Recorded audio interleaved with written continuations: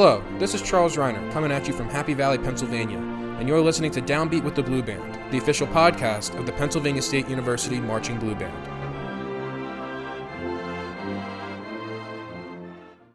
Hello and welcome to episode 4 of Downbeat with the Blue Band. We are sitting here with Gillian Brooks. She is going into her senior year here at Penn State University, and if you don't know who she is, you will in the fall because you'll see her on the football field. She is the Blue Sapphire for the Penn State University Blue Band, and we're really excited to have her here on the show. So thank you very much for coming in here today. Thank you so much for having me. I'm excited to be here. We're also joined today by my co-host Gabriella Efaw. Hey guys. Yeah, like I said, we're really excited to have you here, and we'd love to hear all about you and what you have to say. Yeah, sounds good. So let's just start with a simple question. Where are you from, and what are you majoring in? So I'm from Farmington Hills, Michigan, which is kind of like the Detroit area, and I'm majoring in health policy administration with a minor in labor and human resources. Why'd you want to major in that? I was kind of really interested in the healthcare field, and I always wanted to do something kind of related to business and policy related, so it kind of combined my two interests. And I'm actually really enjoying, though, like my HR minor, because I've really liked human resources as well. Okay, so now that we know you're from Michigan, what were the driving factors for you to choose Penn State? Just for me, like being the Blue Sapphire was my dream, and the Blue Sapphire kind of just in the twirling world is known as like a big twirling position, and it's really respected and probably one of the best positions in the country. So for me, just coming here, I would always see like at nationals the Penn State majorettes and the Blue Sapphire compete, and I just would see that and be like, I want to be a part of that someday. And I would see videos of the pregame at Penn State where the Blue Sapphire got to run out and have their name announced and do a trick, and then that was just like my dream. And so for it to come true, it was amazing. What's it like when Penn State plays Michigan or Michigan State? Do you feel like any rivalry at all, or not really? Well, my mom actually went to Michigan State, so growing up I was kind of a Michigan State fan, but since she went to Michigan State, we were never really big fans of Michigan, and so I came here prepared for that, already not liking Michigan, and so I definitely feel the Michigan rivalry, but I'd say if Penn State, as long as they're not playing Michigan State, I root for like Michigan State generally, but I always will root for Penn State over MSU still. Did your parents give any resistance at all when you said you want to go to Penn State since your mom went to Michigan State, or not really? No, not really. My mom, they would kind of flip back and forth, I'd say. Like some days she'd be like, you should just go to Michigan State, it's close to home. But then they also, I think, really just believed in me and my dream though of coming here as well. Mm-hmm. So, yeah. Were you looking to be away from home and go far, or? Yeah, I really wanted to go far away from home. I think pretty much every school I applied to was out of state except Michigan State. Okay. And then Penn State was the next closest school, and this is 6 hours away. Yeah. I think everything else was 12 hours or something. Oh, wow. So I really wanted to go kind of far away and kind of have my own experience and do something new. A lot of kids from my high school kind of all go to similar colleges and stuff, so I kind of wanted to branch out. Okay, so how long have you been twirling for, and how did you get into that? I started when I was 5 years old, and my mom and my grandma were actually both baton twirlers. So my grandma twirled, and then my mom started twirling when she was 13. She at first was like, I'm not twirling, I don't want to do that, just kind of resisting my grandma and stuff. But then she started getting into it, and so when I was 5 years old, I started doing baton. I did ice skating, dance, gymnastics, all of those types of sports, and ended up just choosing twirling, and it was, I'd say, a pretty good decision. Aw, that's good. Did you ever second guess twirling and want to do something else, or was this always in your heart? I'd say there were times where things got tough and I'd want to quit maybe just because it seemed like the easy way out, Mm-hmm. But I'm really happy that I always stuck with it.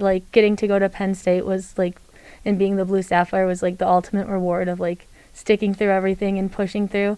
I think in some ways though I was at a level with my twirling and stuff where I didn't really have time to do other activities and things outside of it just because I had to practice a lot, and I was always going to competitions on the weekends and stuff. Yeah. It was just such my focus. So sometimes I wish that looking back on it I had tried to do other things, but at the same time, I'm very thankful I took it as serious as I did. Okay, that's awesome. Yeah, so you said you wanted to be the Blue Sapphire back in high school. Yeah. Was there like any other driving forces to come to Penn State besides that? Like, did you want to come to Penn State for your specific major or anything, or is that just like the driving force that made you want to come here? I'd say that was like pretty much like the driving force over anything, but at the same time, I'd say for me, Penn State had everything I wanted. I think it was like I always kind of wanted to go to a Big Ten school. It was like a good distance from home where it wasn't like it was drivable. They also have direct flights to Detroit from the State College Airport, so that was like also a very easy thing that I found out. I loved the campus. It just felt I always wanted to go somewhere that felt like a college town, and academically I think I knew it would be like a good fit for me as well. Are there any similarities between East Lansing and State College? Like, have you been to East Lansing before? Yeah, I have. I'd say they're pretty similar. I'd like the student population is pretty, like they both have around the same amount of students. And like they're both, like East Lansing's a much bigger campus, I'd say. It's very spread out, was one thing that I kind of didn't really like about it. And, but overall, I think Penn State's kind of just like, I don't want to offend anyone, but it's a little bit nicer of a campus, and just in general, I think it feels nicer, and there's a lot more like pride and tradition aspect to that too, I'd say. Like I have a couple of friends that go to Michigan State, and they just don't seem like as invested in like their school, like with football and things that are going on on campus, where at Penn State, like football is takes it so serious, and everybody cares so much about like all our athletes and different things that are going on in the Penn State community. There's nothing like, I think, like the Penn State pride and tradition, and I don't think a lot of schools have it like how we have it here. Yeah. Is there a lot of differences between like Pennsylvania and Michigan as like states, or would you say they're kind of similar? I'd say they're pretty similar. I'd say it depends on the size. So if you're like from Pittsburgh, you're a lot more similar because it's more Midwest. Yeah, I always thought that too. Like Yeah, Pittsburgh feels like a much more Midwestern city. Yeah, and that's kind of just like the people that I've met. Like I feel if you're from Pittsburgh, you have that more like Midwest feel. But if you're from like the Philadelphia, you have that more like East Coast like area, like vibe to you, I guess. That's where I'm from. I'm from the Philadelphia area, so yeah, I can definitely say that's definitely like an East Coast town. You know. Yeah, and a lot of my friends will be like, "You have a Michigan accent." They always say that to me, and I'm like, "I think I talk pretty normal." And they're like, "No, you talk like you're from Michigan." So, can you tell us like what was it like to audition for Blue Sapphire out of high school?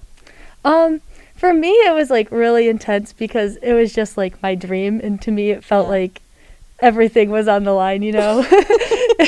I don't think I'd ever been like for my first year, like freshman year audition, like I was so nervous, and I really prepared a lot for it that year because it was like one of the things I wanted most, just like from my twirling career. Like there had been a lot of things that I had worked hard for and like really wanted to win, just like for nationals and making the world team. But I think I got to a point with my twirling career, like this was the last thing I really wanted to accomplish. So my whole senior year, I pretty much just focused on preparing for that audition, and like when I got the position, I like cried just because I was so excited and happy. I would too. That's awesome. That's a huge accomplishment. What other accomplishments have you had? So in twirling, it's kind of hard to explain because it's like such a small sport, you know. Yeah. But there's like the Miss Major out of America, which is basically like kind of like a 3-part event, and it's like the big thing to like compete for, and it's like you do a solo, a strut, and a modeling, and I won that 3 times. So I won juvenile Miss Major out of America in 2010, preteen in 2013, and junior in 2015. And then they also have Grand Nationals, which is like a big competition for like just the solo event where you kind of like have to compete in rounds. So I won that one year in 2013 for preteen. Wow. And then I've made the world team and Grand Prix teams a couple times. So those are international competitions. So I went to and competed in Worlds in Switzerland and Italy. And then I did the Grand Prix competition in British Columbia, Canada, and in France. So it was a great opportunity to kind of like represent Team USA and go meet other twirlers and compete against other twirlers from other countries. And you've been all over the place. Huh? Oh my gosh, that's awesome. So yeah. How would you say like training for like world championships, like you just talking about, how is that different from like auditioning for the Blue Sapphire position? Would you say that it's kind of similar, like about a similar level of competition, or would you say it's different? It's definitely different. Just like field twirling when I'm performing in Beaver Stadium, and to compared to like what I do in a competition routine, is there's a lot of different elements. Like one thing when I'm twirling on the field and stuff that a lot of people love to see is like how high you can throw your baton. And that's like one thing that I think people care the most about. They're like, let me see how high you can throw it. But in like a twirling competition, nobody would ever judge on that. It's actually like you're kind of more supposed to like throw the baton like not as high as possible, like have it be like at a height that's like normal, so that when you finish the trick, it's like there for you to catch it almost. But also too, just like the routines you're doing, there are like 2 minutes to 2 minutes and 30 seconds per routine, where when I auditioned for Blue Sapphire, I had to do like a 4-minute routine, and it had to be, I'd say too, like what you're doing on the field is a lot more showy and like crowd pleasing, where there you have to show a lot more like technical skills about like that will like please to a judge, as far as like revolution on your baton, contact material, rolls, and things like that. So yeah. You brought it up, but I kind of got to know now, how high can you throw your baton? I honestly have no idea. Like I couldn't tell you like an exact like number or anything, but that's, so I really but I've hit the ceilings in a lot of high places that I think are pretty high gyms. But yeah. So do you have any funny stories from your past band camps at all? From past band camps? Oh my gosh, I don't even know. One thing that I've loved about like blue band and stuff is I've gotten really close with a lot of like the other majorettes through just spending much time there, and other band members too as well. But like I guess I honestly can't think of one just like right off the top of my head. I guess this wasn't at band camp. I don't even know if this isn't even like a funny story, but one time I like at a band practice, my freshman year, it was like my second week here, and I ended up doing a trick and I like fractured my face. Oh, man. And the baton came down in my eye, and I ended up going to the hospital, and I found out that I like fractured it, and I had to like not twirl it the next game. Oh my gosh, that's I guess crazy. that's not that funny though. But looking back on it, it's it's a story. Okay, so you talked a lot about different, competitions, performances, games and stuff. What would you say is the hardest one that you've done, hardest routine? Like competition that I've done? Competition or game or performance. I'd say just, I don't know, competing at nationals is very stressful for me, just because you work for it so much and you spend all summer practicing, and a lot that's like kind of where your dreams and goals can kind of happen. I'd say I also like whenever I compete in like collegiate events at competitions, though, I also take that very seriously, just knowing that I'm representing Penn State and that there might be a lot of twirlers or other people just watching me, and I want to make sure I'm always putting my best foot forward and looking good for the university. And you never know who you might like inspire at that competition. Yeah. They might see you and want to go to Penn State. So that's something that's really important to me as well. But yeah. Okay. So you said you're going into your last year of university. What would you say, or what advice would you say to someone who's going to be the Blue Sapphire in the future? I'd say definitely take advantage of every opportunity that you get, and anything like performance-wise, if there's ever like an optional thing, do it. Like, you never know what's going to happen, especially with having COVID kind of ruin a season last year, and still looking forward to this year. There still might be some unknown just as far as what's happening in the world right now. But I mean, look, we're wearing the masks again. We Yeah. weren't just A day yesterday. ago we weren't. Yeah. yeah, so like I'm kind of nervous for this fall, even just with what happened yesterday, but definitely take advantage of everything and try to like, you're only here for 4 years and it goes by really quickly, so and there's a lot of ways that I think you can take advantage of it, find ways, different places to perform. Yeah. I've gotten to twirl at a basketball game, and just in thon events and stuff. So whenever you get asked for anything, just be sure to do it, because take it's advantage. really fun, and you're gonna remember that more than sitting in like your apartment one afternoon. Yeah. Yeah, it's taking advantage of every time that you get to perform and be yourself. I totally get where you're coming from. Yeah, and it's honestly so fun just to be able to share like what you can do with people. Agreed. How do you deal with those nerves, whether it's on game day or in another setting? So one thing that I've tried to like I think the thing that I get most nervous for is definitely like pregame.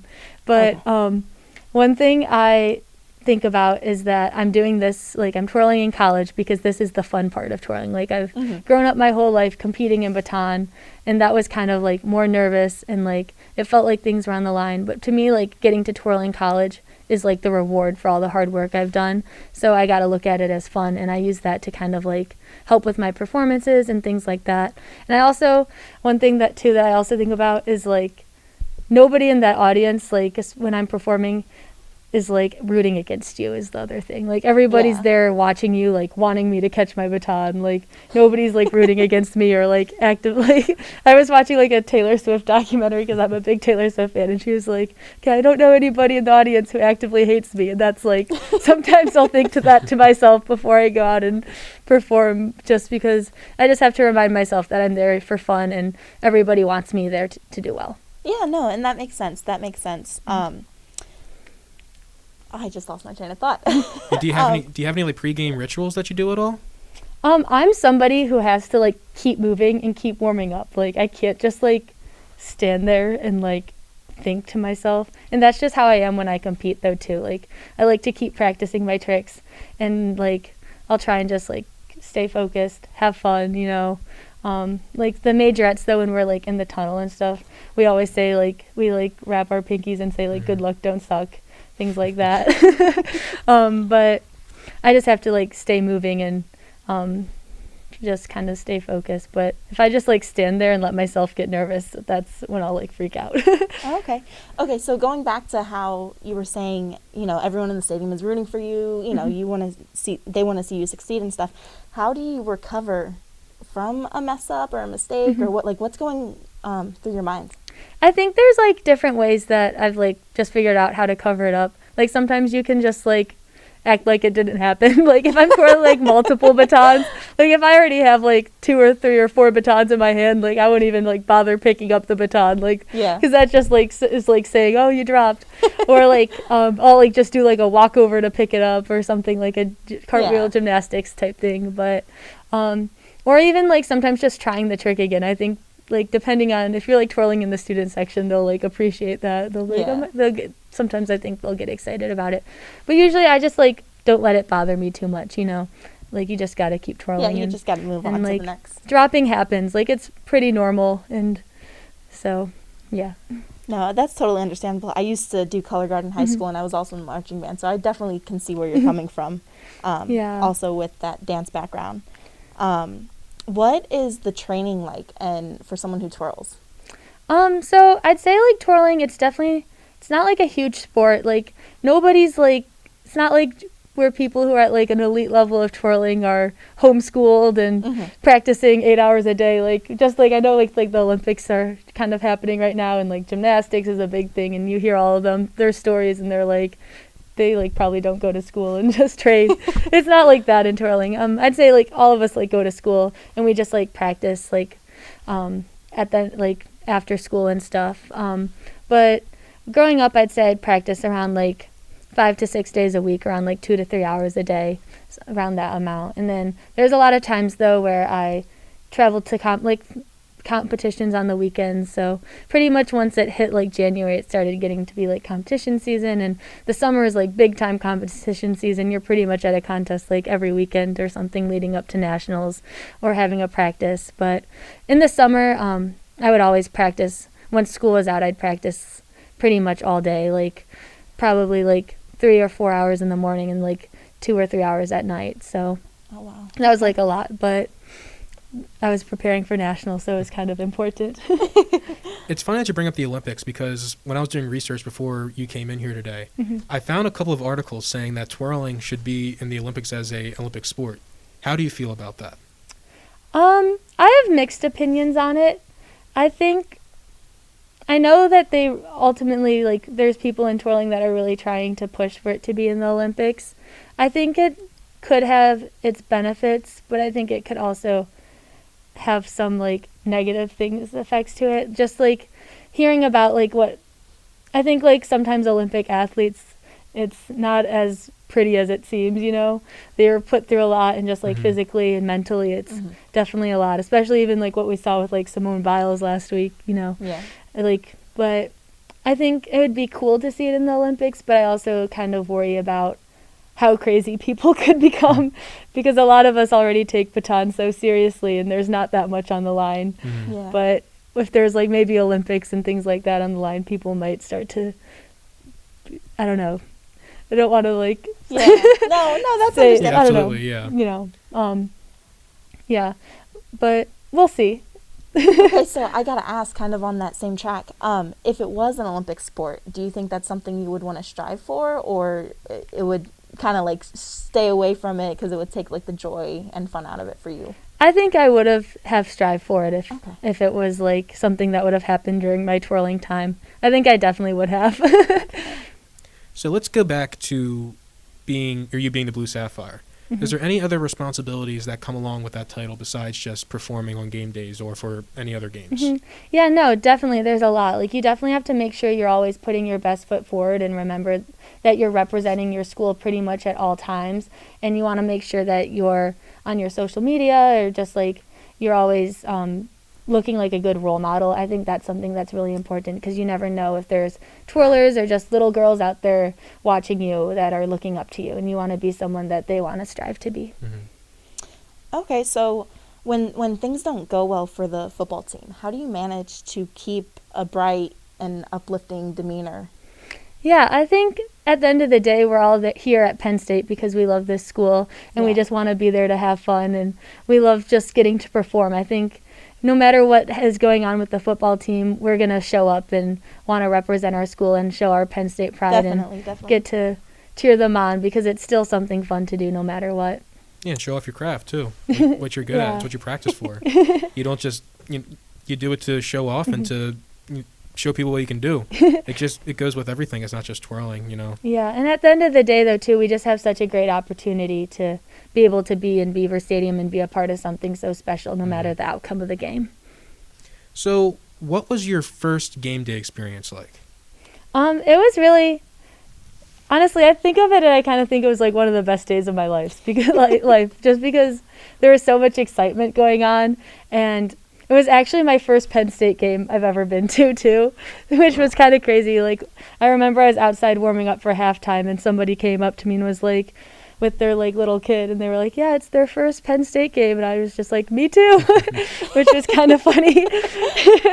But there's like a video of us doing pregame that day that the Blue Band posted on YouTube, and I watch it, and I'm just like, I've never seen myself like smile like so happy when I was twirling and stuff. Like, I genuinely just looked like I was having such a good time, and like I'll watch it and I'm just like, wow, I can't believe I did that. And I've always dreamed of like getting to do pregame, and seeing that video and it being me is like so exciting to me. And there were just like so many memories about it that really stuck with me. And on top of that, the first game was when we played Appalachian State. So that was like a crazy game. Yeah. It was a good game. So yeah, it was a crazy good game, and it was really exciting, the ending of the game. Just learning all the traditions and seeing what Penn State was like about on game day was just so fun. Would you say you were nervous or intimidated at all before your first game?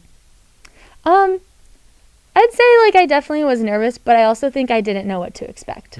I was kind of going in kind of blind because I'd never been to a Penn State game. I think I didn't realize too like how much like people really like appreciated twirling at Penn State, and like appreciated like the Blue Sapphire, because not every school like really cares that much about like twirling and stuff.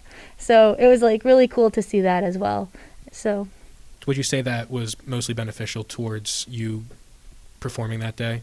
Yeah, and it was just like really great knowing that like people cared and like were excited to see you twirl and stuff. So and that like people were supporting you. Okay, so I'm wondering, how is it? It's just got to be a surreal experience when just you're performing for game day. But what about whiteout compared to just other games? Yeah, the whiteout makes me really nervous. I'm not gonna lie. Like my freshman year, I was so scared. But it's one of those things. Like I'll watch the videos from that game, and I'm just like, oh my gosh, I can't even believe that's me. I did that. Like I don't even remember doing it, because you're just like you just like go blank and just go onto autopilot. I think, especially like in that crowd and stuff. And I think there's just like a lot of pressure knowing that there's like a lot of media and you kind of just, you have to do your job. Yeah. So throughout your college experience, how has being the Blue Sapphire impacted it? Because you've been the Blue Sapphire since you were a freshman. Mm-hmm. So would you say that it's impacted your college experience greatly over the past 3 years? Yeah, it definitely has. I think I've gotten like a lot of really cool opportunities that not every Penn State student gets. And I'm very grateful for that. And it's something that is just really cool to speak on and be able to get to do. Like, I've just gotten so many opportunities that I would have never had if I didn't twirl baton and got to be a part of the Blue Band. And I've had so many opportunities to meet people and just performance-wise, it's been incredible. Have you been able to travel at all with the band to other Big Ten stadiums before? Yeah, so we actually, my freshman and sophomore year, we traveled to Michigan and Michigan State, which is kind of funny, but it honestly worked out great. So actually, when we traveled to Michigan, we did a combined halftime show with the Michigan marching band, and my duet partner, when I competed, she twirled at Michigan. She was twirling there when we did the show and stuff, and we got to perform together. So it was like a really special cool. moment for us, just knowing that we like grew up twirling together, doing our duet, and then we got to do duet on a college field together and perform it like in the big house. So that was really exciting, and she's like one of my best friends, and I'm like going to be a bridesmaid in her wedding next year. So that's it really was like so cool that we like had that experience together. You guys got a picture together, right? Yeah, we got a ton. So do you have anything else you want to say or any other thoughts before we start wrapping up? Not really. Right, well, No. The last question of the podcast is kind of becoming a tradition now. We've asked every person this. What's your favorite movie? My favorite movie? Oh my gosh, this is such a question I'm like can't answer ever. There's just so many to choose from, and it like literally just depends on the day. Do you have like a favorite genre movie? I don't know. One thing, my roommate is like a huge fan of The Perks of Being a Wallflower. And last semester, whenever we would just be like stressed out with school, we would just put on that movie. It was kind of just like a funny thing. Like we would just be like, okay, we're stressed, let's watch this movie. So I'd say that's one of my top movies that I can easily say when it comes to mind. But yeah. But thank you very much for coming on the podcast today. It's been great talking to you, and we're looking forward to seeing you out there on the field in a couple of weeks now because band camp's not too far away. Yeah. Thank you so much for having me. I enjoyed talking with you both today. Yes, we did too. Thank you so much. This has been episode 4 of Downbeat with the Blue Band. Thank you very much for tuning in, and we will see you next time.